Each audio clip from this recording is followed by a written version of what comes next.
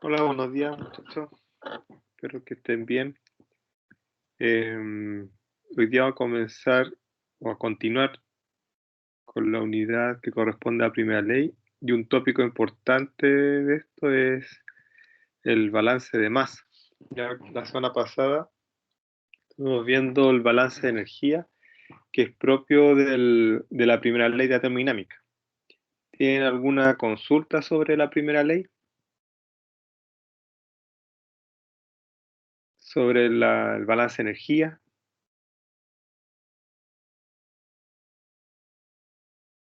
¿Tienen alguna duda, consulta?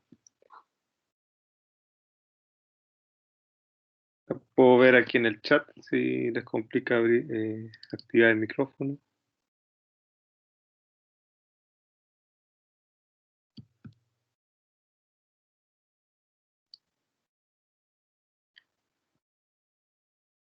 Y entonces volvamos acá. Balance de masa, o que también se llama la ecuación de continuidad, que viene del principio de conservación de la masa. Es decir,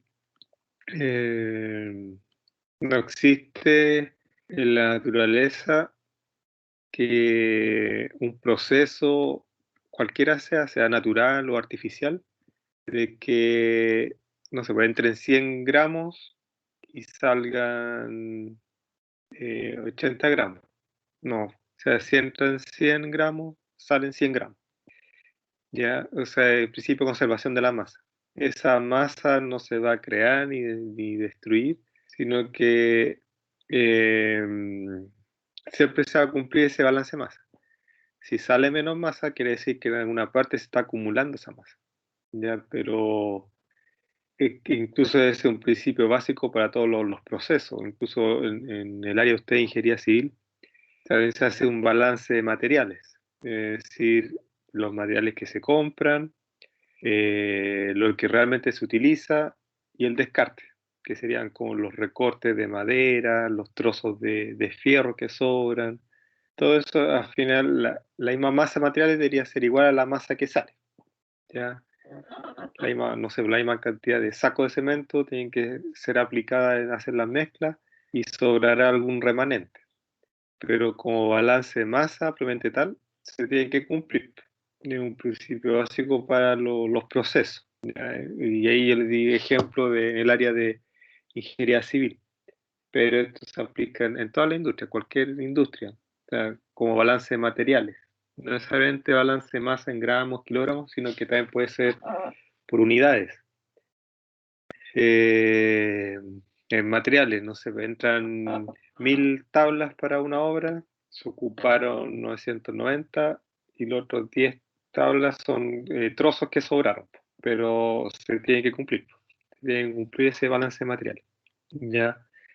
Y en el caso de los materiales, las obras, también es un tema bastante crítico porque así se puede identificar si hay robos incluso, robos de materiales que aparte de lo incorrecto que es la acción, es que por lo general las cuentas que se saca para el balance, para el diseño de los materiales, eh, por lo general está justo. Pues, o sea, si se roban, no sé, un par de sacos de cemento y es porque no se agregó a la mezcla. Y si no se agrega a la mezcla, esa mezcla ya no va a quedar como fue diseñada. O sea, queda menos resistente. Y probablemente el futuro va a fallar. ¿Ya? Esa es la importancia del balance de materiales en algún proceso. Esto, al igual que la energía, la masa es una propiedad conservada, que no es posible crear ni destruir durante un proceso. ¿Ya? Y quizá algo vieron en química que lo que era diferente eran los moles. Si entra un mol, reaccionan con 2 moles, puede salir un mol, o pueden salir 4 moles. ¿Ya? Pero en moles se cumple ese desbalance. Pero en masa se tiene, es ley. O sea, que aquí en el ejemplo son 18 kilos, 2 kilos de hidrógeno con 16 kilos de oxígeno y forman 18 kilogramos de agua. Se cumple el balance en masa. ¿Ya? Lo mismo abajo, si tenemos oxígeno con metano, va a formar el CO2 y vapor de agua. Ya, entonces, la masa del oxígeno más la masa del metano va a tener que ser igual a la masa del dióxido de carbono y a la masa de agua, ¿ya? Porque se cumple el principio de conservación de la masa. Y también se puede ver por la cantidad de átomos. Aquí hay 4 átomos de hidrógeno, acá también hay 4 átomos de hidrógeno. 4 átomos de oxígeno, 4 átomos de oxígeno. Un átomo de carbono, un átomo de carbono. ¿Ya? Balance de átomos. Que cuando hay reacciones químicas conviene hacer balance de átomos, ¿ya? Igual que balance masa, pero también en sistemas muy complejos puede ser más conveniente hacer un balance de átomos, ¿ya? Eso ya es propio de mi especialidad, los ingenieros químicos, no tanto de otro tipo de ingeniería. Aquí puse la ecuación de energía igual a la masa por la velocidad de la luz al cuadrado, que es la ecuación que planteó Einstein, donde él evidenció de que quizás este principio de conservación de la masa no era como tal, ¿ya? Sino que eh, a la velocidad de la luz se puede dar el caso de que la masa se transforma en energía. Entonces hay unas pequeñas o ínfimas fracciones de masa que se podrían transformar en energía, que es lo que plantea Einstein, a altas velocidades, a la velocidad de la luz. Pero en sistemas normales, como el planeta Tierra, proceso, industria, eh, o sea, se cumple el balance de masa, ¿ya? Donde ese balance de masa está relacionado con el flujo másico. Y ese flujo másico simplemente es la masa por unidad de tiempo. ¿Ya? Ahí sería el m puntito. Y ese flujo másico tiene dirección y sentido, es como un vector. Entonces tiene un vector, velocidad, una dirección, y es perpendicular a una cierta área. La velocidad normal es perpendicular al área.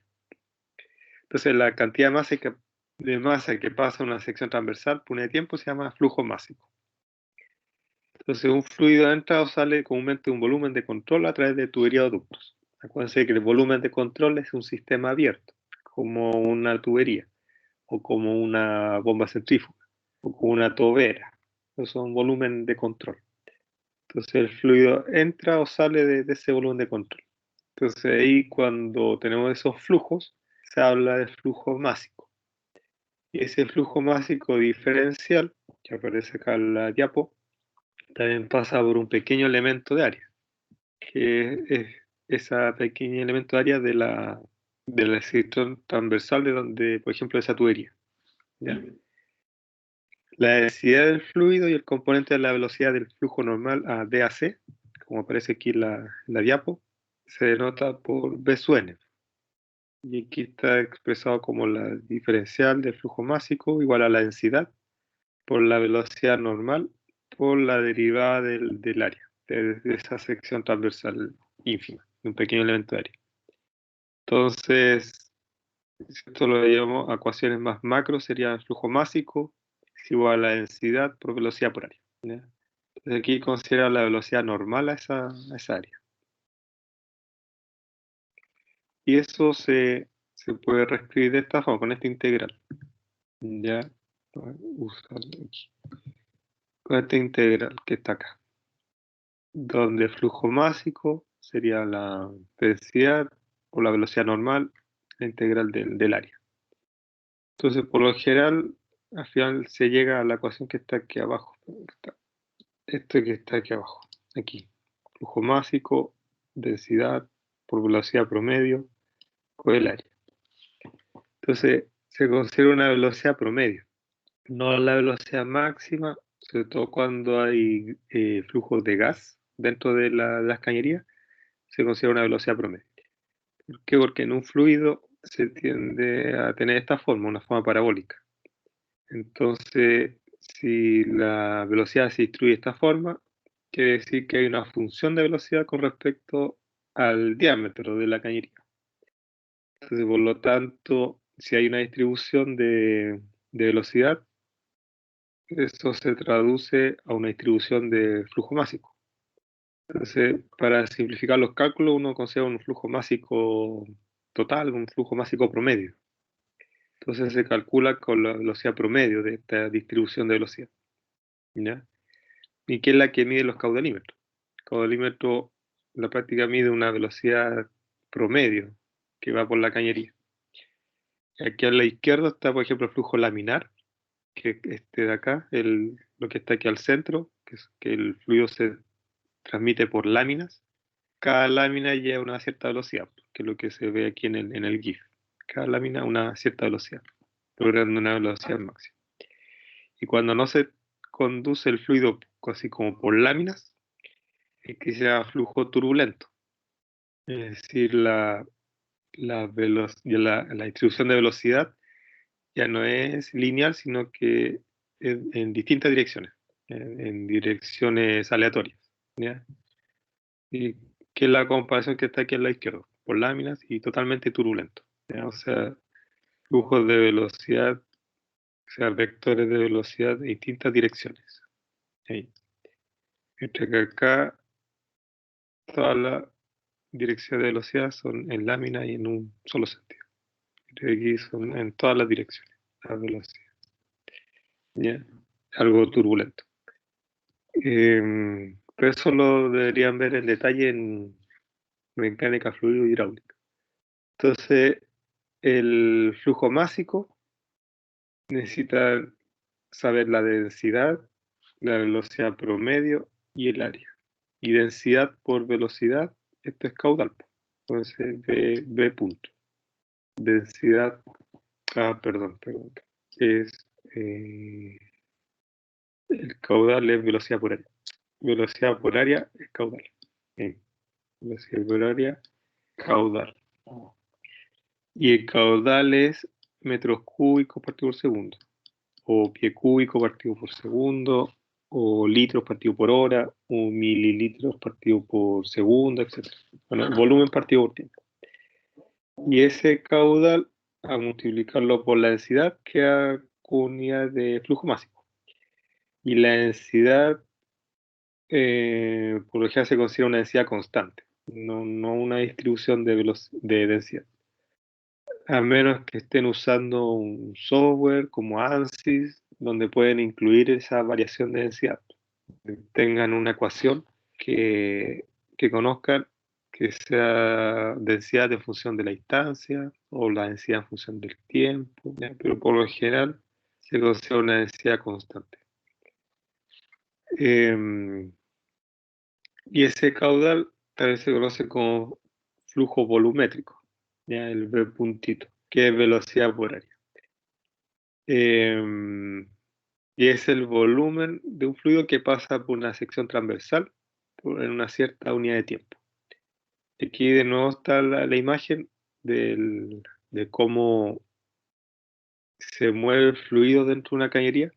Y se fijan, al principio hay un ajuste aquí. Se llama una región de crecimiento, que es donde se va ajustando la parábola. Y ya después de esa distancia, que son un par de milímetros o menos, ya llega después a la capa límite, ya a la zona de capa límite, donde las propiedades del fluido están en la capa límite. Y ahí la parábola se hace ya uniforme y va a ir siempre de mayor presión a una menor presión para que se pueda mover ese fluido, ¿ya? Entonces, caudal es velocidad por área y caudal por densidad le da el flujo másico. Entonces, el balance es balance de masa y no comete el error de hacer balance de caudal, que se puede hacer, también es bastante típico, pero si hacen balance de caudal, están asumiendo que la densidad es constante, ya que en caso de líquido uno puede suponer eso. Pero si ese líquido sufre un cambio de temperatura alto, ya la densidad no es constante. Y lo que sí o sí tampoco deberían hacer un balance de caudal cuando estamos hablando de gas o de aire, porque las densidades van a ser totalmente diferentes. ¿Ya? El líquido se acepta esa suposición, que la densidad varía poco entre un punto y otro, pero en gases, ahí sí que no, pues, no, la densidad varía bastante. Aunque sea una pequeña variación de temperatura, la densidad varía harto. Entonces, el balance se tiene que hacer con balance de masa. Después alguien podrá suponer que la densidad es constante, pero depende del caso. Pero la ecuación general con respecto a la masa. Por ejemplo, aquí en esto, supongamos que esto es como un estanque, una tina. Están entrando 50 kilos de agua. Y aquí dice que en la tina hay 20 kilos. Eso quiere decir que están saliendo 30. Ya están entrando 50, están saliendo 30 y quedan 20 retenidos en la tina. Y ahí hay un balance de masa. ¿Ya?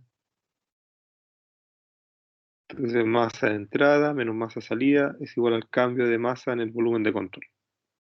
Y cuando es por unidad de tiempo, tendría que ser flujo másico de entrada menos flujo másico salida igual al cambio de masa en el tiempo, en el volumen de control, al dm dt. ¿Ya? Eh, Eso, el balance de masa. ¿Ya? Y cuando lo hacen con caudal, tendría que ser densidad por caudal de entrada. ¿Sí? Ah, densidad de entrada menos densidad de salida por el caudal de salida. Y es igual a cambio neto de la masa. O sea, sería el cambio de la densidad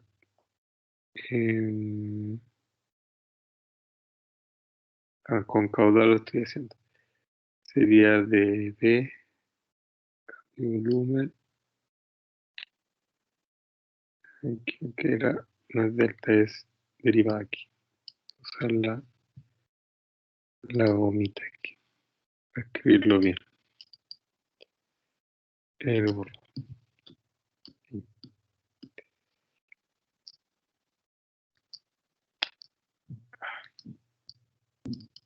Ahí está.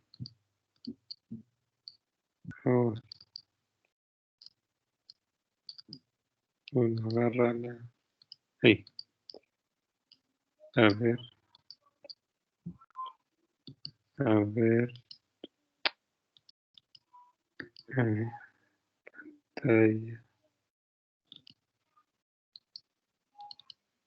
No me deja. A ver. No es capaz de tener. A ver, de nuevo. Ahí sí. Ya. Ahí está dm a dt. Ahí. Entonces la densidad por el caudal de entrada menos la densidad de salida por el caudal de salida igual a d rho b partido dt. Y entonces, si la densidad es constante, ahí uno puede suponer que todo esto se va por las densidades. Y ahí se podría hacer con respecto al caudal. Yo hay que conocer la variación de volumen con respecto al tiempo. ¿Ya? Pero solo cuando la densidad es constante. ¿Y cuándo se da eso? Cuando está en líquido. ¿Ya? Líquido y un delta T, un cambio de temperatura muy bajo, cercano a cero. ¿Ya? Se da eso. El líquido con cambio de temperatura cercano a cero o muy, muy bajo. ¿Ya?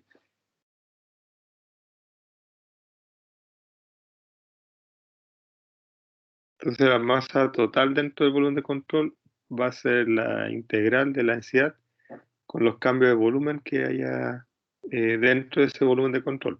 Puede ser un volumen de control, puede ser como un calefón, una caldera, ya una bomba centrífuga. Esos son volúmenes de control. Tiene flujo de entrada, flujo de salida. Y eso se puede expresar de esta forma solo como masa dentro del volumen de control, o la variación de la masa con respecto al tiempo dentro del volumen de control. Y si lo expresamos como en puntito, como flujo másico partido por el tiempo, tendríamos que tener esta funcionalidad para poder integrarla. O sea, conocer cómo varía las velocidades dentro del volumen de control e integrar eso con los vectores. Que en realidad lo he visto como en cálculo 3, donde son integrales de vectores. Pero por lo general en ingeniería y en los ejercicios de termodinámica nos quedamos con la parte más macro, no tan microscópico, sino que nos quedamos con este balance masa. ¿Ya? Con el cambio de la masa dentro del volumen de control en un cierto tiempo, de m de t, igual a la sumatoria de todos los flujos másicos de entrada menos todos los flujos másicos de salida. Cuando hablamos de que este término es cero, estamos hablando de estado estacionario. Lo mismo que vimos para el balance de energía. Cuando estamos hablando de estado estacionario o un estado estable, ya no hay cambios con respecto al tiempo, como si fuera una fotografía del sistema. Y ahí este término se hace cero. Como lo mismo de la tina que estaba ahí en el ejemplo. Llega un punto en que, ya supongamos que está entrando agua con la llave y también está saliendo agua por abajo. Pero se puede dar el caso de que queda la tina con un cierto nivel de agua, porque probablemente lo que sale es menor que lo que está ingresando. Entonces empieza a acumularse. Y va a llegar a un punto en que el nivel va a estar fijo. Entonces ahí alcanza el estado estacionario, sabiendo que está entrando, está saliendo masa y ya se acumuló hasta un cierto punto fijo. Entonces ahí ya se alcanza el estado estacionario. ¿Ya? Pero mientras esté entrando agua, esté saliendo y el nivel esté cambiando, ahí ya no está en estado estacionario, porque el nivel está cambiando con respecto al tiempo. ¿Qué es lo que pasa, por ejemplo, en los APR, en los agua potable rural? Cuando se llenan o se están vaciando los estanques para entregarle agua a la localidad. Ahí se producen balances de masa no estacionarios, que va cambiando el nivel con respecto al tiempo. Entonces, para diseñar eso se tiene que hacer balances de masa no estacionarios, sabiendo que, por ejemplo, se está filtrando el agua, clorando, y ahí se envía al estanque, y también al mismo tiempo la gente está consumiendo el agua del estanque. Entonces hay que mantener un cierto nivel. Y ese nivel del estanque se enlaza con la bomba por un sistema de control automático. Entonces ahí trabajan en conjunto el ingeniero hidráulico o el civil con un ingeniero electrónico, ¿ya? Donde tienen que ir a la par de cómo hacemos el control automático de que esa bomba se active o se desactive de acuerdo a un cierto nivel que hay en el APR, en el estanque del APR. Entonces eso de acuerdo al balance de masa no estacionario, que eso le va a dar una ecuación con respecto al tiempo, y esa ecuación se coloca en el control automático de la bomba.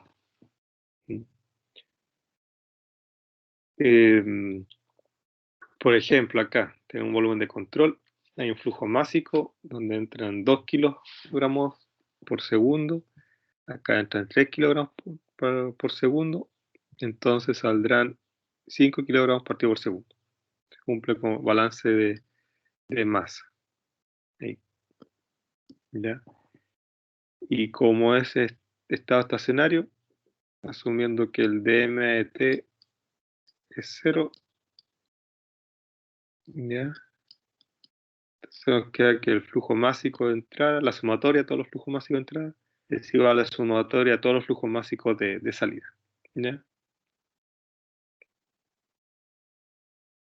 Y bueno, aquí también si fuera solo una corriente de entrada y solo una corriente de salida, podemos plantear esto, que la densidad de entrada por la velocidad de entrada por el área de entrada es igual a la densidad de salida por la velocidad de salida y por el área de salida. Eso es como si fuera una cañería, como un caso de una cañería. Hay un flujo de entrada y un flujo de salida. Ahí. Está el flujo 1 y aquí el flujo 2. Entonces, el flujo másico 1 igual a flujo másico 2 y se plantea de esa forma. Si un líquido, uno puede decir que las densidades son iguales. Y si una cañería que no cambió su diámetro, incluso uno puede decir las áreas son iguales. Entonces, uno llega a que las velocidades son iguales, porque las densidades son iguales y las áreas son iguales. Entonces, las velocidades van a ser iguales, tanto de entrada como de salida. Pero en cambio, si fuera un sistema así como más ancho y se van angostando, ahí las áreas no son iguales. Subiendo que las densidades son iguales, nos va a quedar V1 por área 1 igual a velocidad 2 por el área 2. ¿Ya?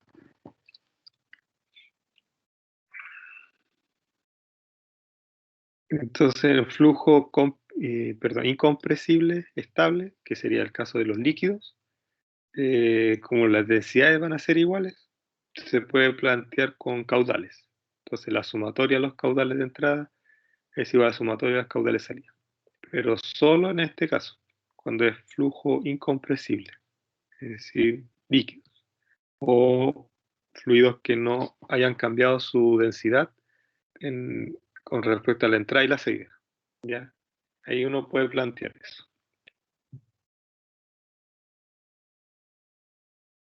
Por ejemplo, acá, en el caso del compresor de aire, como es aire, es un fluido compresible, porque es aire, es gas. Entonces aquí el flujo másico va a ser ya 2 kilogramos de aire por segundo. Y el flujo másico de salida va a ser 2 kilogramos partido por segundo. Pero los caudales son diferentes. Aquí es 1,4 y aquí es 0,8. ¿Y a qué se debe esto? Al cambio de densidad. Eso es porque la densidad 1 es diferente a la densidad 2. Entonces los flujos másicos son iguales, pero los caudales son diferentes. Entonces obviamente ahí no se puede hacer un balance de caudal. ¿Ya? Entonces para flujos estables líquidos, los flujos volumétricos, así como los másicos, permanecen constantes. ¿Ya? Porque los líquidos son esencialmente sustancias incompresibles. Entonces, ya sabiendo lo del balance de masa, empecemos a mezclar el balance de energía con el balance de masa. Partamos con el concepto de trabajo o energía de flujo, donde esa energía de flujo es la resultante de una presión por el área, de una fuerza que está a través de una cañería. Y ese es producto de una presión por el área. ¿Ya?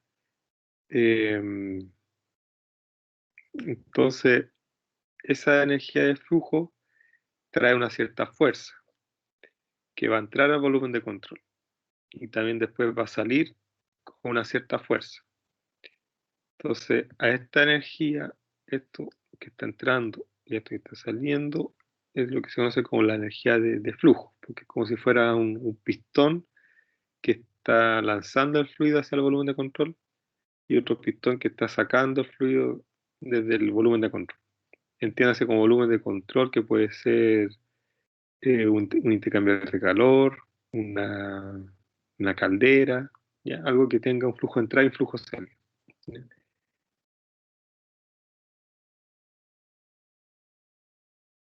Entonces, ese trabajo de flujo se puede expresar como presión por volumen, como está aquí abajo.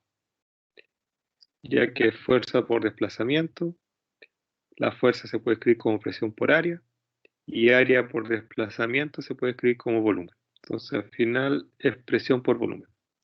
Acuérdense que clase atrás decía que unidad de atmósferas por litro son unidades de energía. Es porque eso viene de la energía de flujo, que es presión por volumen. ¿Ya? Esto puede ser atmósferas por litro, puede ser PSI por pie cúbico, etc. ¿Ya? Unidad de presión por unidad de volumen. Esa es energía de flujo. Y la energía del flujo que está entrando y saliendo de un volumen de control.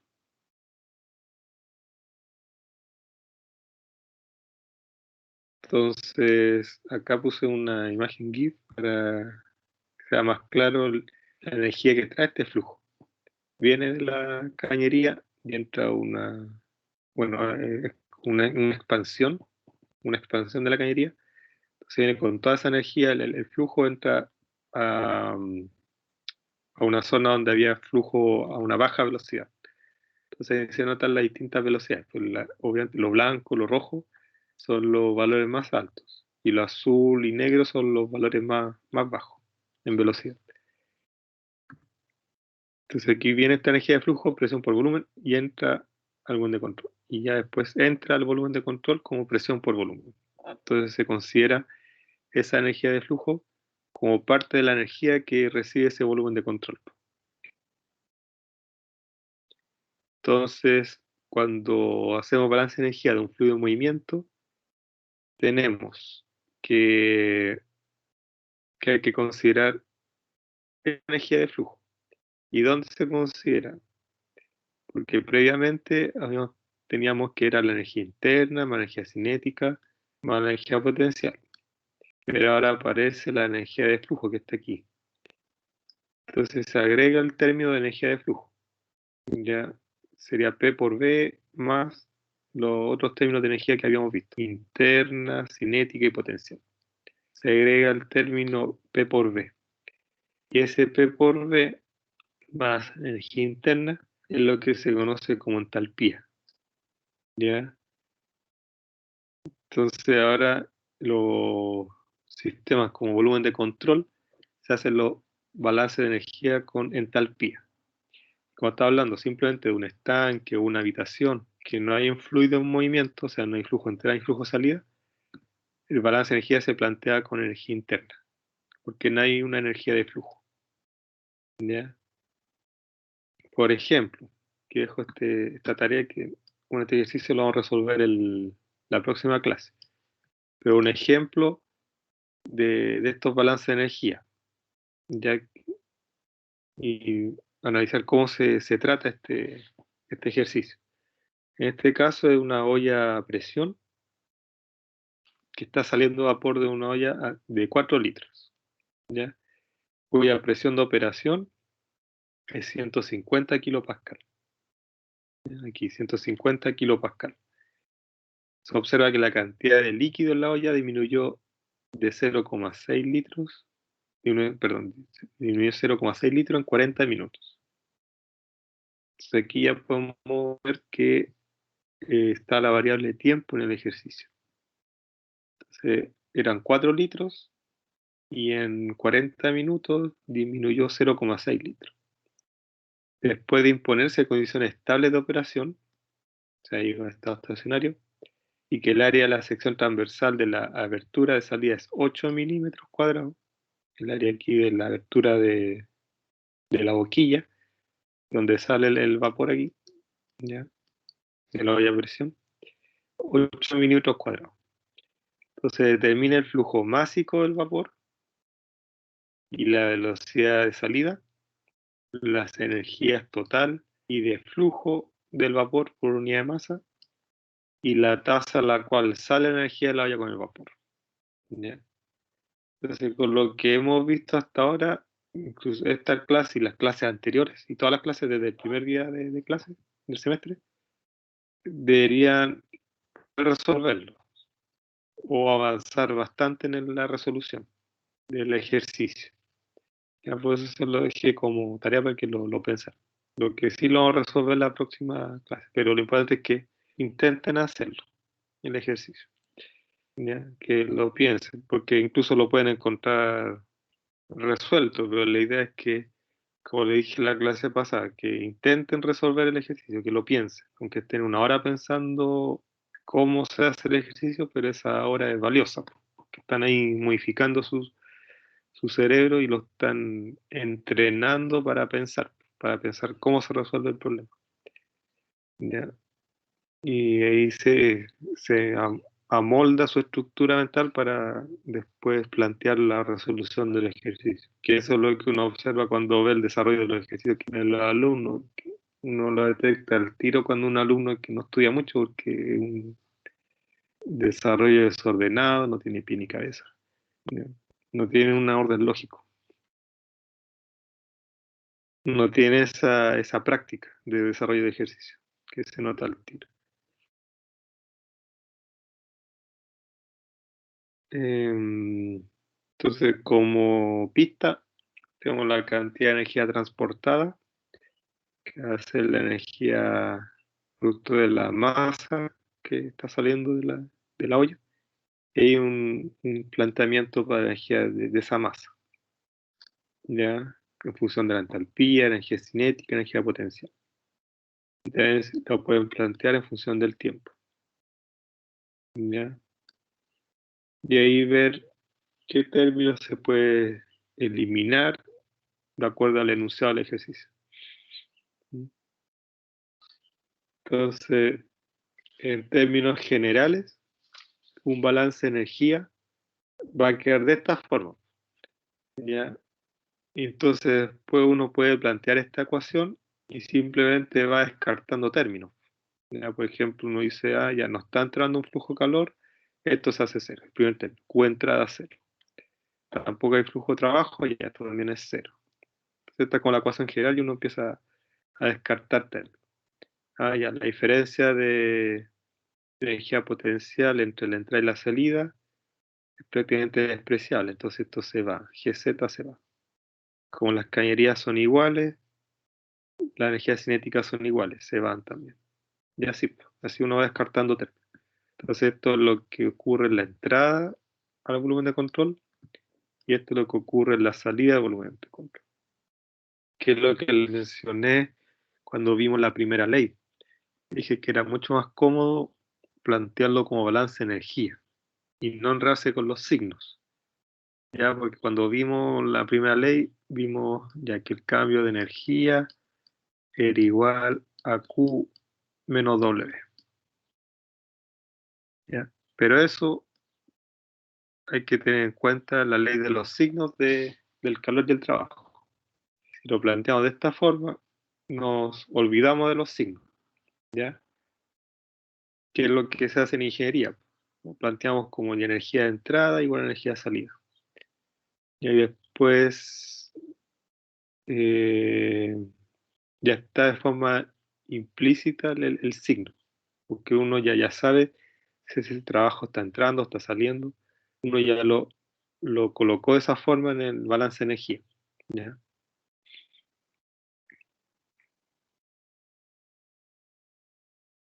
Entonces, entonces eso se aplica a distintos dispositivos de, de proceso, de termodinámica. Por ejemplo, están los dispositivos como toberas, difusores, están las turbinas y compresores, están las válvulas de estrangulamiento, las cámaras de mezclado, la intercambio de calor, flujo tuberías. Por ejemplo, acá arriba están las toberas y difusores. Aquí al medio de la diapo está la turbina, una turbina de gas. Entonces, en una parte está la turbina, al inicio está el compresor, aquí al medio está la cámara de combustión, el combustor, y después al final está la turbina. O sea, la turbina a gas tiene esos tres equipos juntos en un solo dispositivo. El compresor, la cámara de combustión y la turbina a gas. ¿Ya? Acá se comprime el, el aire, se comprime el aire. Acá se inyecta el combustible y se produce la combustión.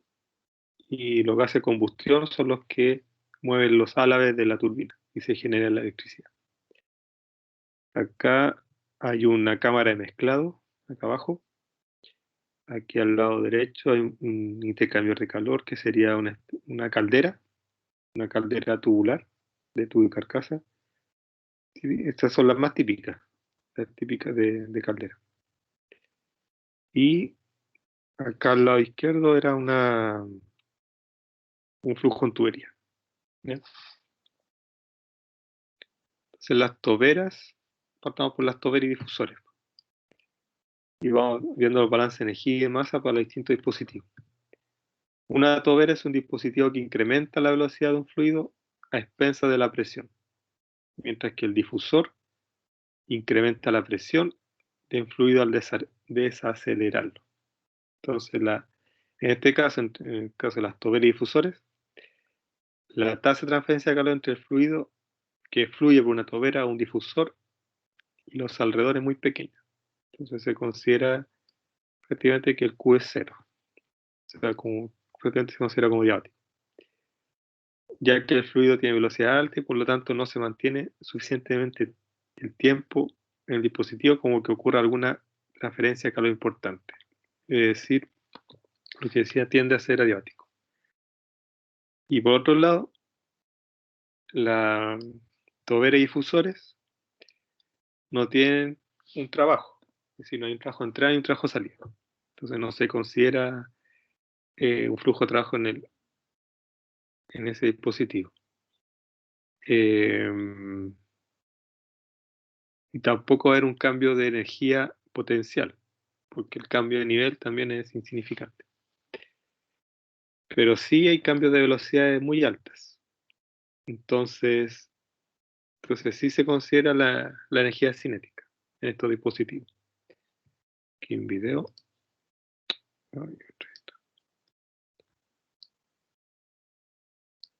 ¿Por qué no toma aquí el lápiz? Ahí sí. Cómo funcionan las toberas y difusores. Aquí un ejemplo del inflado de una botella. Se coloca el molde, se inyecta aquí el difusor y se infla el molde de botella y queda con la forma de botella.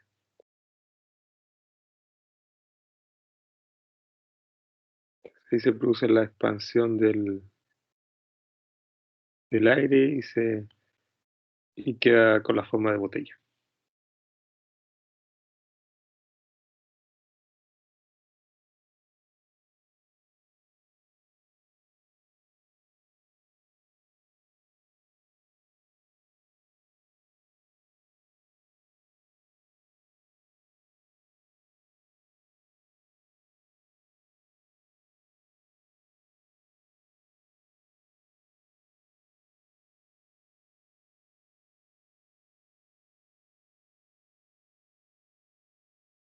Se inyecta el fluido, el aire.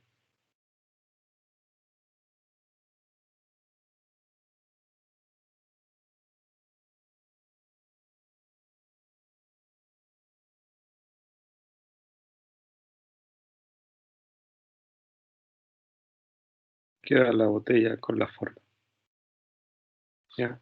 Con ese difusor. ¿Mm?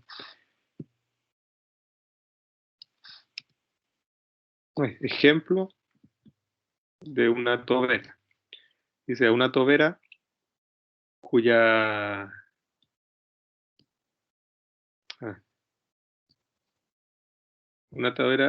área de entrada es de 0,2 pies cuadrados entra en forma permanente vapor a 250 psi. 250 psi y 700 grados Fahrenheit. El flujo máximo de vapor por la tobera es de 10 libras masa por segundo. El vapor sale de la tobera a 200 psi con una velocidad de 900 pies por segundo. Las pérdidas de calor desde la tobera por unidad de masa del vapor se estiman en 1,2 BTU por libra masa. Desde mide la velocidad de entrada y la temperatura de salida del vapor. Entonces aquí se plantea como energía de entrada igual a energía de salida. Y también se puede plantear el balance de masa. Flujo másico de entrada igual a flujo másico de salida. Ya, entonces hay que considerar qué datos tenemos. Los datos de la entrada, presión, temperatura y área. Y en la salida, presión y velocidad. Y sabemos que hay una pérdida de calor del equipo. Entonces la pregunta es la velocidad de entrada. La primera pregunta. Y la temperatura de salida del vapor. Y T2. Eso es lo que nos están preguntando. Entonces, habría que plantear primero el balance de energía. Si es posible calcular esa velocidad 1. ¿Ya? Tenemos flujo másico 1 por la entalpía 1. ¿Ya? De energía por la entrada del fluido aquí a la tobera. ¿Sí? El flujo 1. M1 por H1. Más M1 por la energía cinética. Ya, velocidad al cuadrado partido en 2. Después, no hay nada más de energía de entrada. Después, al otro lado, la energía de salida, M2 por H2, más M2 por la energía cinética, y más, se sabe que, este es el flujo 2, se sabe que se está perdiendo calor en la tobera. Entonces, si se pierde flujo calor, se coloca aquí como en la salida. Y aparte tenemos el dato que es 1,2 BTU por libra masa. Entonces va a ser el flujo másico por el Q salida. Aquí, obviamente, como hay una sola entrada y una sola salida, los flujos másicos son iguales, así que aquí se podría haber puesto M1 o M2, da igual, porque son el mismo flujo másico. Hacia el flujo másico por el Q de salida. Ahí. Después,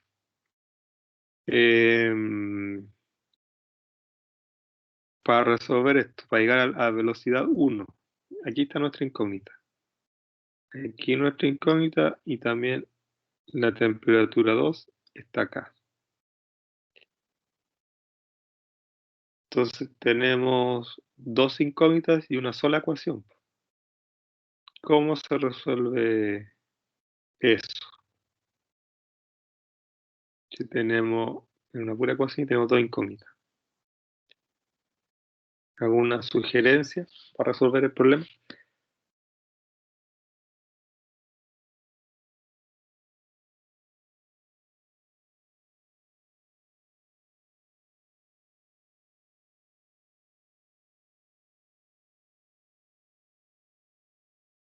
¿Alguna sugerencia para resolver el problema?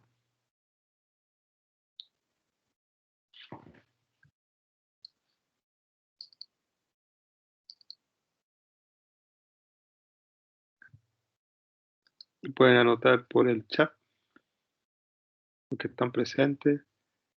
Alan, Andrés, Bastián, Consuelo, Esteban, Felipe, Fernanda, Jorge, Juan, Luis, Marcelo, María, Sebastián, Sánchez, Sebastián Gómez y Cersei. ¿Alguna sugerencia?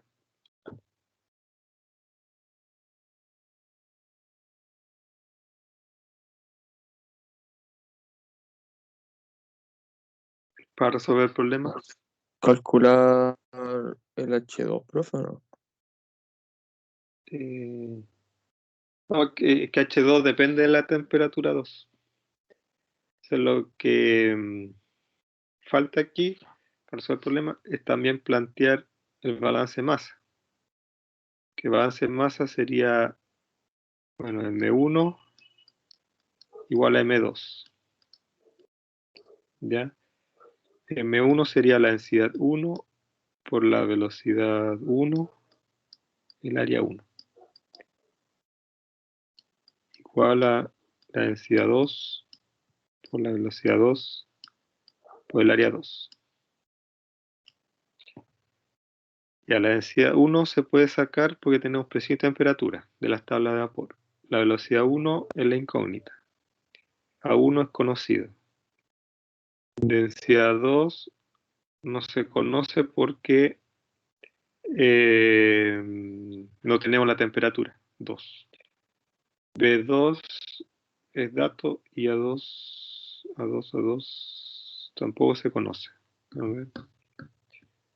Nuevamente. Profe, ¿y si calculamos el H2 y después sacamos la temperatura interpolando? Sacamos H2, pero ¿cómo saca H2? Porque H2 no... Es que tendríamos H2 flu- menos H1 es igual a B1 al cuadrado partido en 2 menos B2 al cuadrado partido en 2. no, porque B1 no se conoce. B1 Ah, es el sí, mismo, verdad, ¿sí? sí, verdad. ¿Sí? Entonces, bueno, acá tenemos ahora dos incógnitas, o sea, dos ecuaciones de incógnitas. Tenemos eh, la temperatura que está dentro de la entalpía y dentro de la densidad.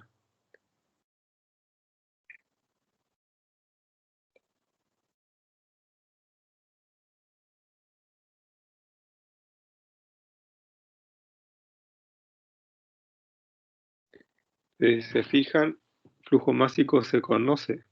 Entonces, esta parte se conoce M1. Tengo M1, conozco el área 1, conozco la densidad 1, entonces de aquí se puede despejar B1, ya del balance de masa, sabiendo que M1, aquí la otra, M1 es igual a la densidad 1, que se va a sacar con la temperatura y presión 1, por la velocidad 1, por el área 1. Entonces se conoce, esto se puede sacar de las tablas y este es dato. De aquí se despeja B1. ¿Ya? Teniendo B1, ya podrían sacar H2 en esta ecuación. Y teniendo H2 y presión 2, pueden determinar la temperatura 2 a partir de las tablas. Propiedades del vapor. ¿Ya? Ya, pero también este ejemplo lo vamos a resolver el jueves. Lo estoy dejando planteado para que ustedes lo traten de resolver.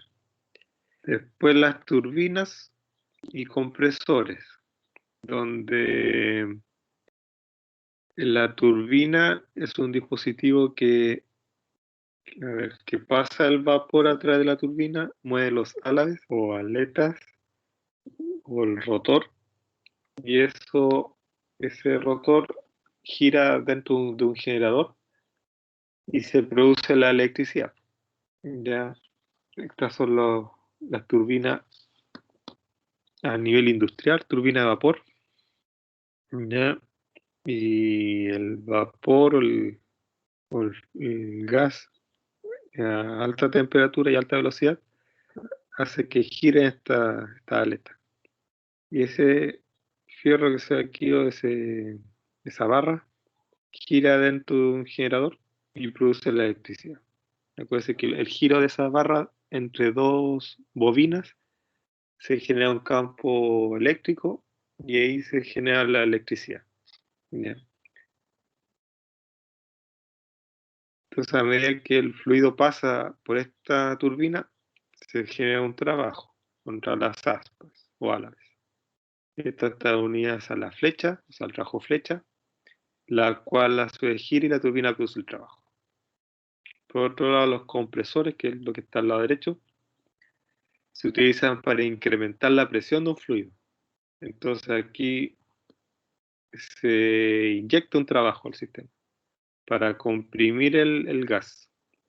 Mientras que acá en el lado izquierdo del caso de la turbina, al revés, el fluido entra y genera un trabajo. Mientras que en el compresor se incorpora un trabajo y comprime el gas. Entonces en la turbina se dice que el gas se expande. En el compresor se comprime. Se asume que la transferencia de calor es baja, ya tanto las turbinas y compresores van a haber pérdida de calor, pero se asume que son insignificantes, ¿ya? A menos que haya un sistema de enfriamiento intencional, que es propio de algunos equipos. Después también el cambio de energía potencial también es insignificante. No hay una diferencia entre la entrada y la salida, una diferencia de altura.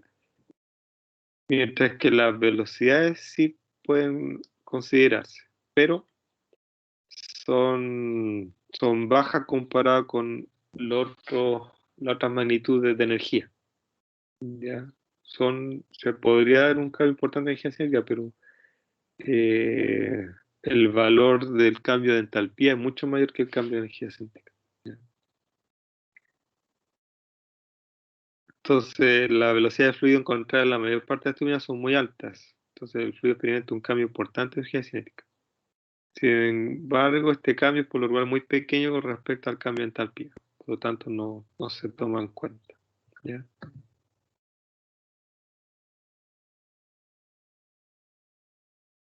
Hay otra vez aquí.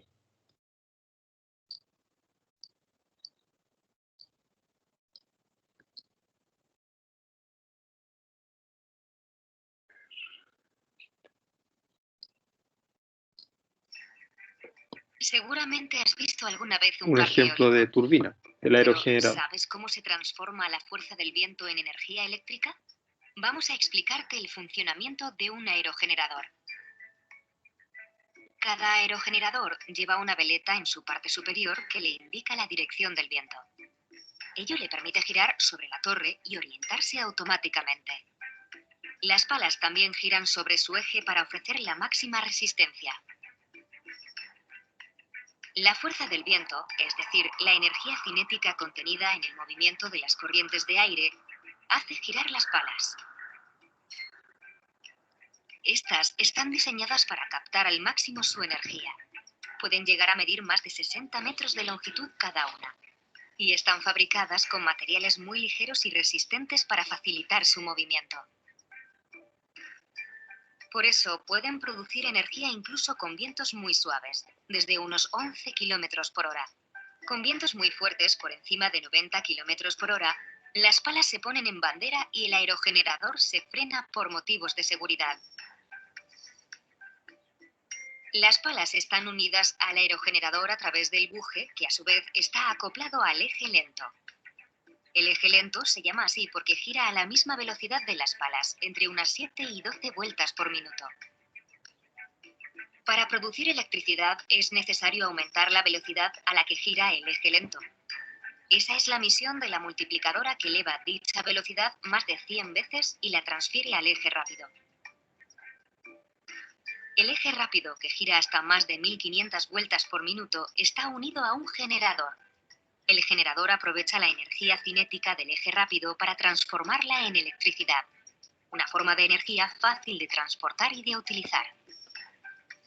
La electricidad producida en el generador como corriente continua es conducida por el interior de la torre hasta su base. Allí, un convertidor la transforma en corriente alterna, que es la que utilizamos normalmente, y un transformador eleva la tensión para poder transportarla por el interior del parque.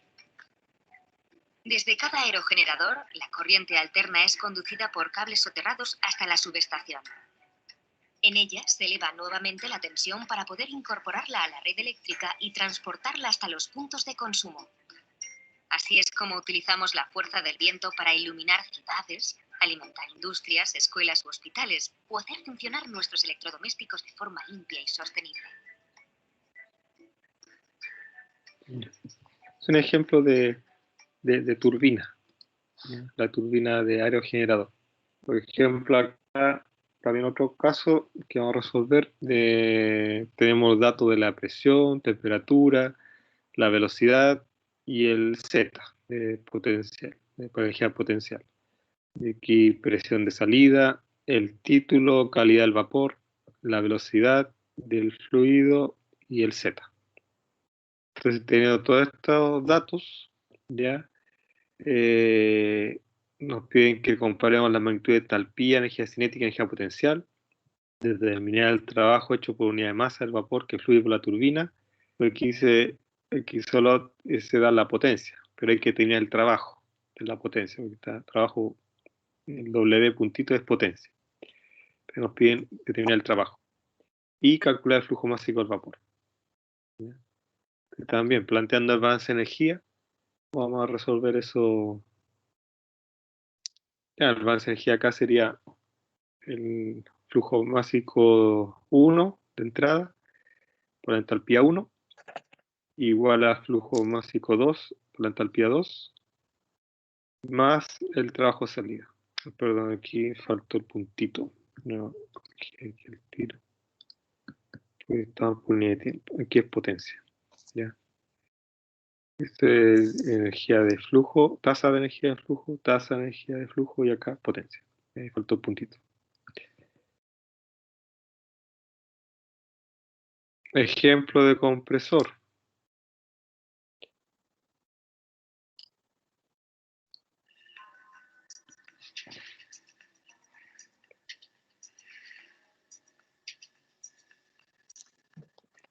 El ciclo de compresión de un compresor reciprocante conlleva dos tiempos, el tiempo de admisión y el tiempo de compresión, a diferencia del sistema de tornillo que representa un ciclo continuo de compresión, ya que el aire ingresa por un lado y egresa por el otro extremo.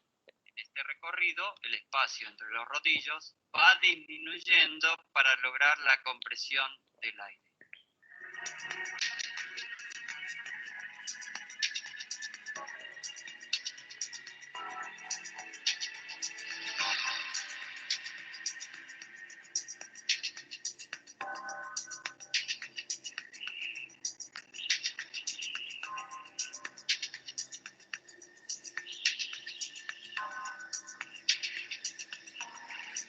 De compresión comienza desde el ingreso del aire ambiente a través del filtro. Dicho elemento es vital para quitar las impurezas y proteger de esta única manera la unidad compresora. El mismo deberá ser reemplazado cada vez que cumpla las horas de vida. La suciedad en el filtro restará eficiencia del equipo.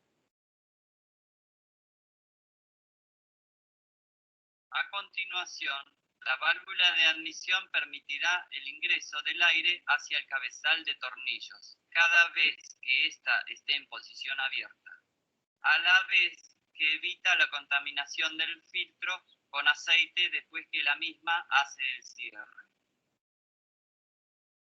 Luego, el aire ingresa al cabezal compuesto por dos rotores helicoidales, de los cuales uno de ellos está traccionado por un motor eléctrico.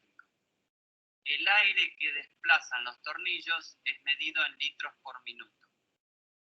El espacio de los rotores se hace progresivamente más pequeño. Esto permite la compresión del aire.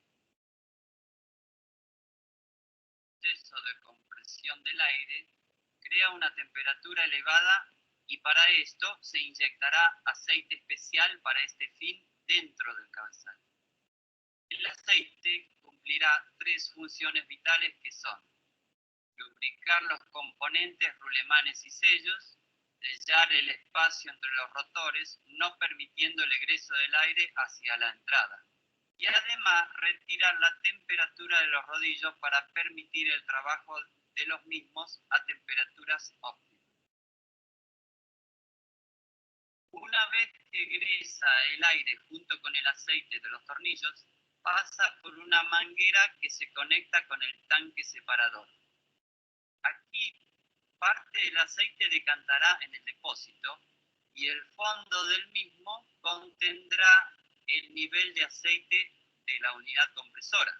Este nivel podrá ser chequeado en el visor exterior.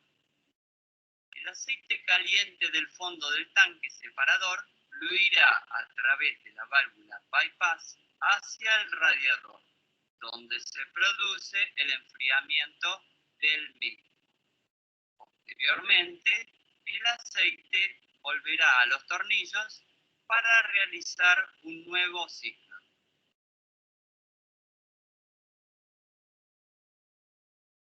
Ahora el aire está casi listo para poder usarse.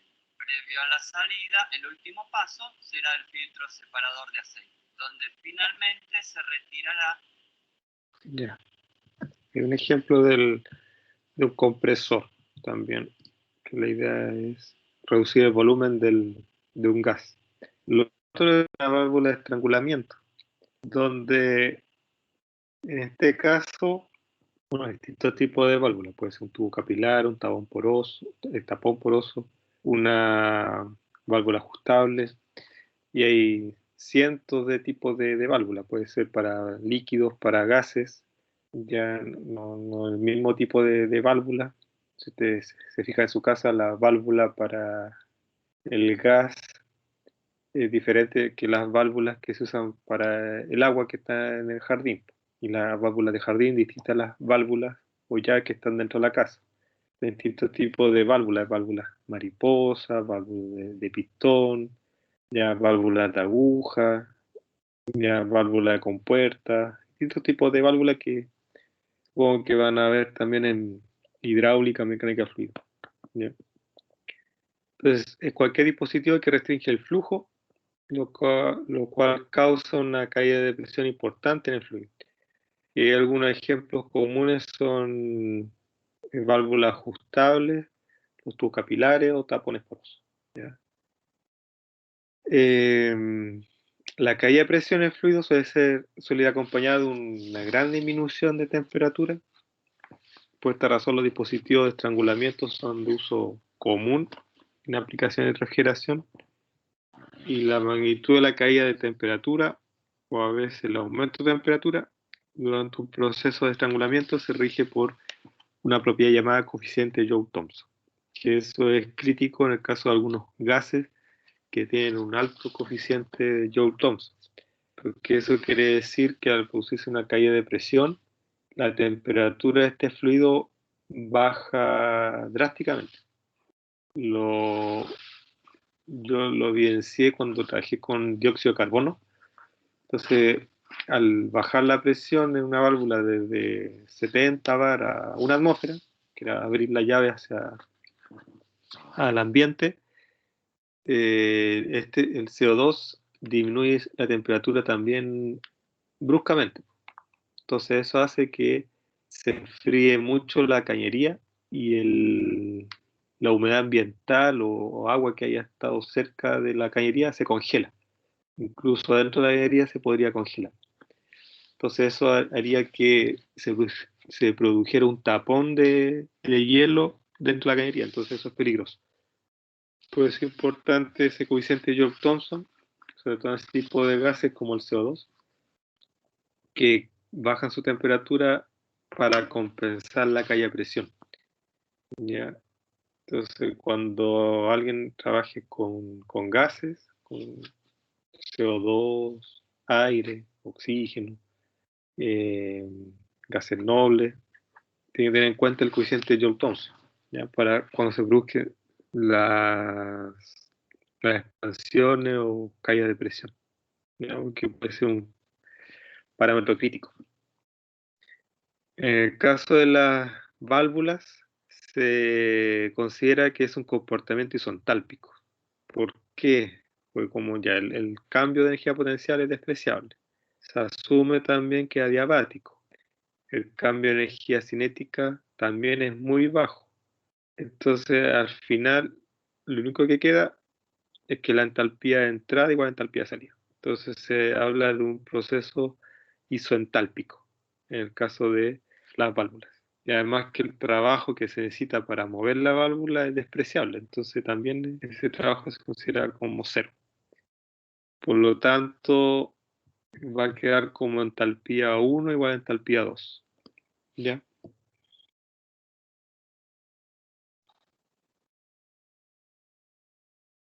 Por ejemplo,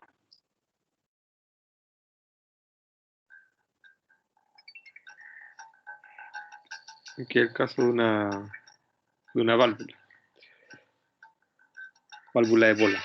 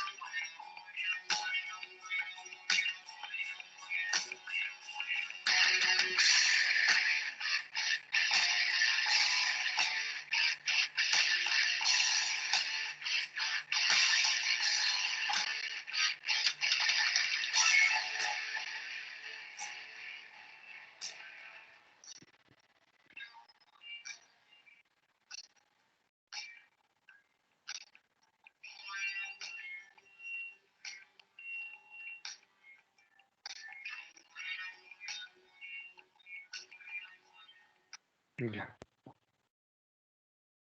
Las cámaras de mezclado. Un ejemplo sería una T o una Y en una cañería, que son pequeñas cámaras de mezclado. Bueno, por ejemplo, el caso de la ducha, donde se mezcla agua caliente con agua fría para obtener un agua tibia. ¿Ya? Entonces se cumplen ambos principios, de masa y de energía. Si hay energía cinética y potencial son también muy bajo, se pueden considerar ingresos o salidas de calor, ya, pero básicamente se hace con entalpía, balance de masa, y depende si hay eh, flujo de entrada o salida de calores que se incorpora en el balance de energía, ¿ya? Pero van a ser tres flujos, dos flujos de entrada y un flujo de salida en el balance. Aquí hay un mezclador tipo V. También una cámara de mezclado, pero en batch. Esto no en continuo. Sería un mezclado en batch. Es un sistema cerrado.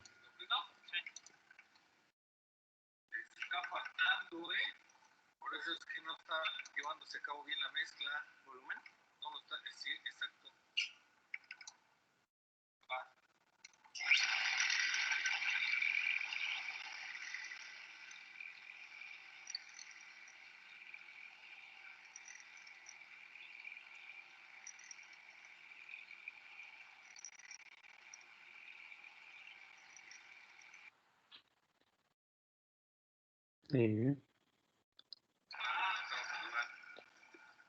Así que activaron esos rotores que estaban ahí al medio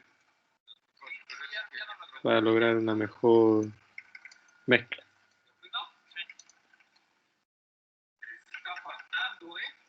Y ahí la van a encender.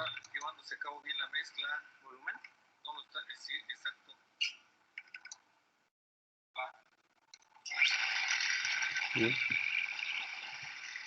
Eso. Por ejemplo, acá hay un flujo de entrada, un flujo también dos de entrada y uno de salida. Dentro de la cámara de mezclado. Entonces entra agua a 140 Fahrenheit, otra agua a 50 Fahrenheit y sale a 110 Fahrenheit. ¿Ya? Entonces nos piden determinar la relación de flujo máximo, caliente y frío. Entonces balance de energía, que sería flujo másico 1 por la entalpía 1, más flujo másico 2 por la entalpía 2, igual a flujo másico 3 por la entalpía 3. Entonces, supongo que las pérdidas de calor desde la cámara de mezclado son insignificantes, o sea, esto es adiabático, lo que está simbolizado aquí por el borde gris. Entonces no se coloca aquí un término de calor. ¿Ya? Y todo ocurre a presión constante, 20 psi. Y eso es lo otro importante, que acá en el esquema, este flujo de agua caliente y el flujo de agua fría tienen que venir a la misma presión. Si no, uno de los dos fluidos va a empujar al otro. Por ejemplo, si este a 2 atmósferas y este a 1,2 atmósferas, este que viene a 2 atmósferas lo va a empujar. Lo va a empujar y al final no se va a lograr la mezcla. Finalmente esta va a llegar hasta donde parte el agua fría. ¿Ya? Y va a subir solo el agua caliente por acá. Entonces los dos tienen que estar a la misma presión.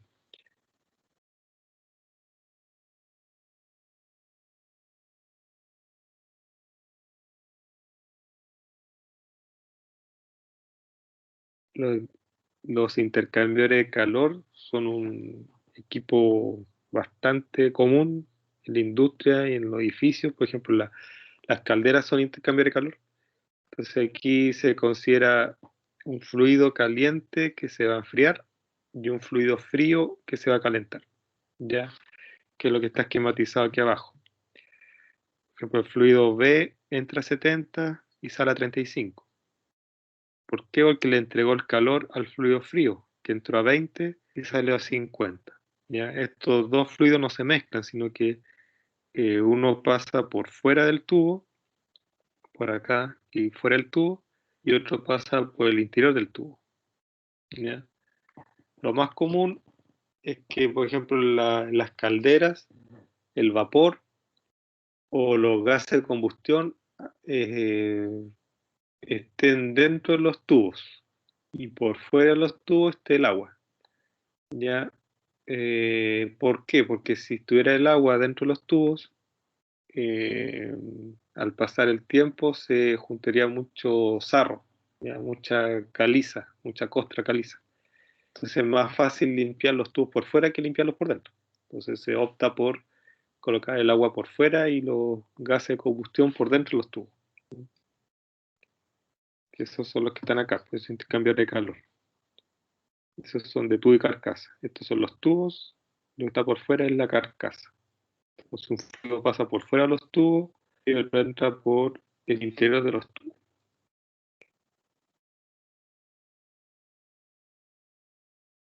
Ya, y recuerdan, estos no se mezclan dentro del equipo, sino que uno pasa por fuera. Solo hay intercambio de energía, de calor. Ya, entonces aquí se tiene que tener en cuenta que el calor que entrega el fluido caliente es el mismo que recibe el fluido frío. ¿Ya? Entonces se puede hacer un balance de energía completo con los 4 flujos, los 2 flujos de entrada y los 2 flujos de salida. O también se puede hacer un balance de energía solo a uno de los fluidos, por ejemplo al que está dentro del tubo. ¿Ya? Se hace el balance de energía. Aquí un ejemplo de caldera. El generador de vapor es el corazón de la central termoeléctrica. A través de este conjunto de sistemas y equipos se produce vapor de agua con características de presión y temperatura específicas y controladas, de tal manera que se aproveche su energía de una manera eficiente y contribuya al proceso de generación eléctrica. Los principales objetivos de un generador de vapor son dos: realizar una combustión para liberar la energía en forma de calor, producir vapor con determinadas características de presión y temperatura. Al realizar una combustión, el generador está diseñado para aprovechar el calor de los productos y de la combustión eficientemente. En una central termoeléctrica, el combustible se presenta en forma de carbón mineral. El carbón es alimentado desde los patios a través de un sistema de bandas transportadoras que distribuyen el material en silos de almacenamiento.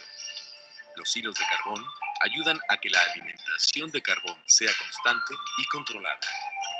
El carbón baja por medio de unos alimentadores que controlan el flujo hacia los pulverizadores, obteniendo una consistencia fácil de transportar por medio de ductos a los quemadores. Los quemadores se encuentran empotrados en los muros del generador, conformando una cámara de combustión que se conoce como hogar. El aire requerido para la combustión es manejado por unos ventiladores denominados de tiro forzado, que lo envían a través de ductos hasta llegar a los quemadores y al hogar. La combustión en el hogar libera el calor que será aprovechado por otros sistemas para calentar agua circulante y transformarla en vapor, para luego sobrecalentarla. Los gases calientes producidos por la combustión salen del hogar y son conducidos por pasajes y ductos antes de ser tratados y luego liberados a la atmósfera. En el generador se le conoce como caldera al conjunto de tubos que absorben la energía calorífica de la combustión para generar vapor. La gran cantidad de tubos alineados uno al otro forman una pared continua que envuelve al hogar y proporcionan una mayor superficie de calentamiento para aprovechar al máximo el calor de la combustión. Al estar llenos los tubos de agua, la absorción de calor produce vapor, por lo cual se les conoce como tubos de generación. Estos tubos se interconectan entre sí por medio de unos depósitos conocidos como cabezales de distribución.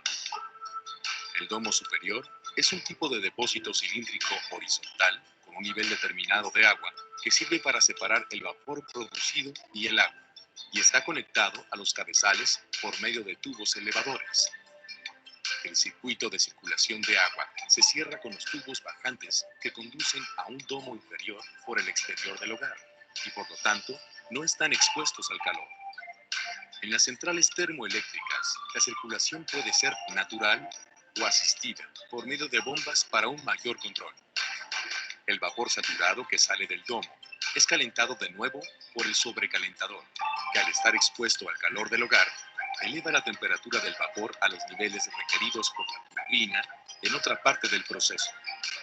El conjunto de tubos del sobrecalentador están a su vez conectados por un cabezal de entrada y uno de salida, y sus secciones están conectadas en serie para poder elevar la temperatura por pasos. El vapor sobrecalentado que circula en la turbina realiza un trabajo que hace que pierda parte de su energía. El vapor que sale del conjunto de alta presión de la turbina es conocido como vapor recalentado frío y es reintroducido al generador de vapor a través de otro conjunto de tubos expuestos al calor del hogar. Este conjunto de tubos eleva de nuevo la temperatura del vapor a la requerida por las etapas restantes de la turbina. El último conjunto de tubos expuestos al calor se llama economizador y se encuentra al final de la ruta de los gases antes de ser expulsados a la atmósfera. El economizador recibe agua de alimentación fría y la calienta a un punto muy cercano al de ebullición antes de conducirla al domo. De esta manera, el agua perdida por la generación de vapor es reemplazada por agua con características de temperatura que facilitan su evaporación y, por lo tanto, resultan en un menor consumo de combustible. Los gases que salen del economizador aún contienen energía y son conducidos por un precalentador de aire gases, en donde ceden el calor al aire necesario para la combustión. Al calentar el aire del exterior antes de ser utilizado para la combustión, mejora las condiciones de esta y aumenta la eficiencia del generador de vapor. Los gases que salen del precalentador están ahora más fríos y pueden enviarse a la atmósfera sin que se desperdicien grandes cantidades de calor. En algunas instalaciones, los gases son conducidos por medio de un tiro hacia unos precipitadores electrostáticos antes de pasar a la chimenea. Estos aparatos utilizan filtros y pantallas electrostáticas para capturar las partículas suspendidas en los gases antes de salir a la atmósfera y así contribuyen al control de los niveles de contaminación del medio ambiente. Las partículas son capturadas por las pantallas para luego ser removidas junto con la ceniza del fondo del generador, resultado de la combustión del carbón. Es un ejemplo, pero a nivel macro, industrial, del intercambio de calor. Llevándolo a un caso de edificio, está la caldera y después también una especie de economizador, que es lo que mencionaba aquí también en el video. La caldera es un intercambio de calor de tubo y carcasa, y para aprovechar el calor que se pueda perder, se utiliza un economizador. La idea también es aprovechar al máximo el calor que generan los gases de combustión. O sea, no tiene sentido arrojar a la atmósfera gases de combustión caliente, no sé, para 200 grados, porque ahí todavía queda energía. Entonces la idea es que esos gases de combustión salgan a 105 grados, 110 grados. ¿Por qué no bajo 100? Porque bajo 100 el agua va a tender a condensarse, entonces la chimenea se va a echar a perder, se va a estropear por corrosión. Si los gases de combustión, lo ideal es que salgan un poquito sobre los 100 grados Celsius. Y aprovechar al máximo el calor que se puedan generar los gases de combustión.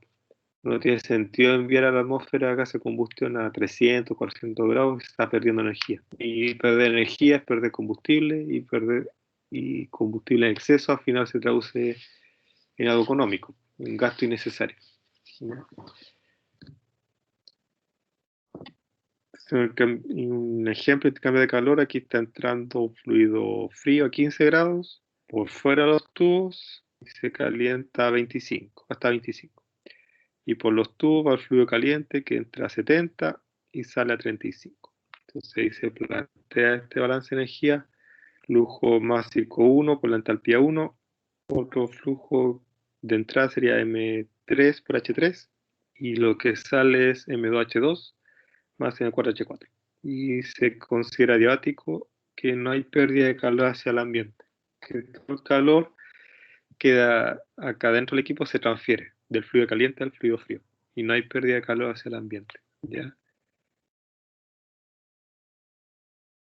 Ahí se pueden agrupar los términos de acuerdo a fluido, o sea, el 3 con el 4 y el 1 con el 2, que es el mismo fluido.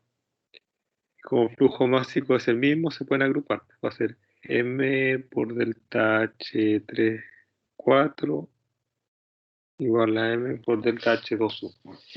Y que sería el Q entregado igual al Q absorbido, ya que el Q entregado sería el del fluido caliente que le entrega al fluido frío. Entonces es igual a los flujos de calor. También me faltó el puntito, es Q punto y Q punto. Y se lo agregan ustedes después. Y por último, lo que ocurre en las cañerías, para cerrar. En las cañerías se considera básicamente, por ejemplo, M1H1 igual a M2H2.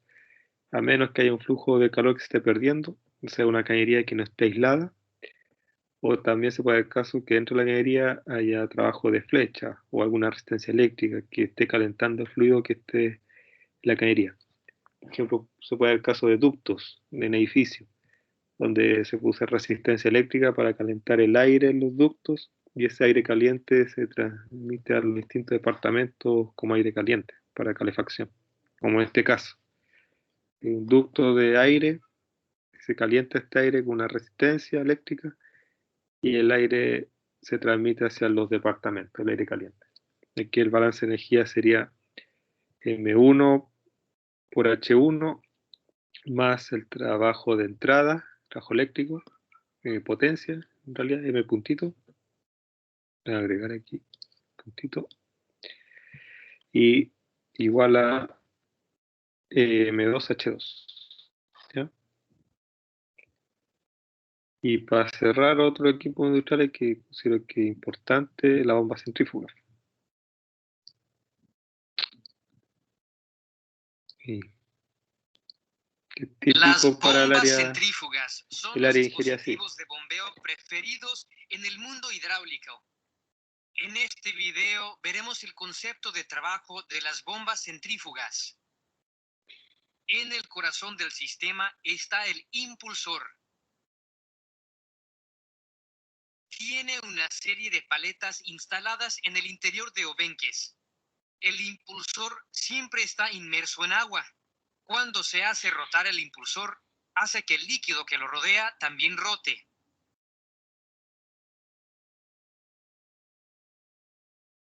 Esto imparte fuerza centrífuga a partículas de agua y el agua se mueve rápidamente hacia afuera. Como la energía mecánica rotacional es transferida al fluido, a la descarga del impulsor, tanto la presión como la energía cinética del agua se elevará. En el lado de succión, el agua se está siendo desplazada, así que la presión negativa será inducida en el ojo. Dicha baja presión ayuda a succionar una corriente de agua fresca de nuevo en el sistema.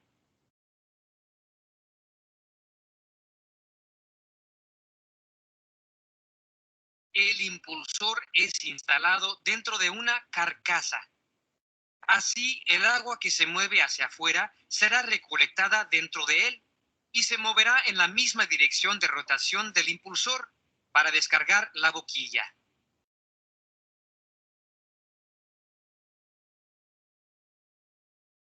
Aquí se puede notar una especialidad de la carcasa. Tiene un aumento de superficie a lo largo de la dirección del flujo. Dicha área creciente ayudará en el alojamiento de la corriente de agua que acaba de ser agregada y también ayudará a reducir la velocidad del flujo de salida. La reducción de velocidad del flujo resultará en un aumento de la presión estática, la cual es requerida para superar la resistencia del sistema de bombeo. Acá se puede ver más detalles de las paletas dentro del impulsor. Son paletas curviadas hacia atrás, con una configuración de ojo de última generación. Esta paleta se extrae de un modelo de bombeo Kirloskar. Si la presión del lado de succión del impulsor baja por debajo de la presión de vapor del agua, un fenómeno peligroso puede ocurrir. El agua empezará a hervir formando burbujas de vapor y dañará el material impulsor a través del tiempo. Este fenómeno es conocido como cavitación. Mientras más cabeza de succión, menos debe ser la presión del lado de succión para levantar el agua. Este hecho le pone un límite a la máxima cabeza de succión que la bomba puede tener. La selección cuidadosa de la bomba es requerida para evitar el problema de la cavitación. El tipo de impulsor actual está encerrado. Impulsores semiabiertos y abiertos también son usados dependiendo de la aplicación. Si el fluido de trabajo es de naturaleza grumosa, es preferible usar un impulsor de tipo abierto, pero son un poco menos eficientes. El diseño mecánico de las bombas centrífugas es siempre un reto. Un eje se utiliza entre el impulsor y el motor para conectarlos. Debido a que la presión del agua dentro de la carcasa es enorme, un arreglo apropiado de sellado es imperativo para detener fugas de agua a través del aclaramiento del eje de la carcasa. Arreglos basados en cierre mecánico y empaquetadura son usados para este propósito. El impulsor es montado en rodamientos, pero al lado de succión del impulsor no es recomendado instalarle un rodamiento debido a que bloqueará el flujo. Así que los rodamientos deben ser encajados en el otro extremo. Esto significa que el impulsor está montado como una viga voladiza. Para bombas de alto ritmo de flujo, una caja de rodamiento con aceite enfriante es necesario para preservar la vida de los rodamientos. Agradecemos a Kiloscar Brothers por su soporte técnico en la creación de este video. Ya, con eso cerramos hoy día, muchachos. Ya el jueves nos dedicamos a hacer ejercicios sobre lo que vimos hoy día. Y atentos a sus consultas de la materia, de lo que vimos hoy día. De aquí al jueves hagan harto ejercicio, está la guía de ejercicios, está los ejercicios que están en el Sengel, hagan balance de energía, balance de masa, ya. Lo que puedo indicar.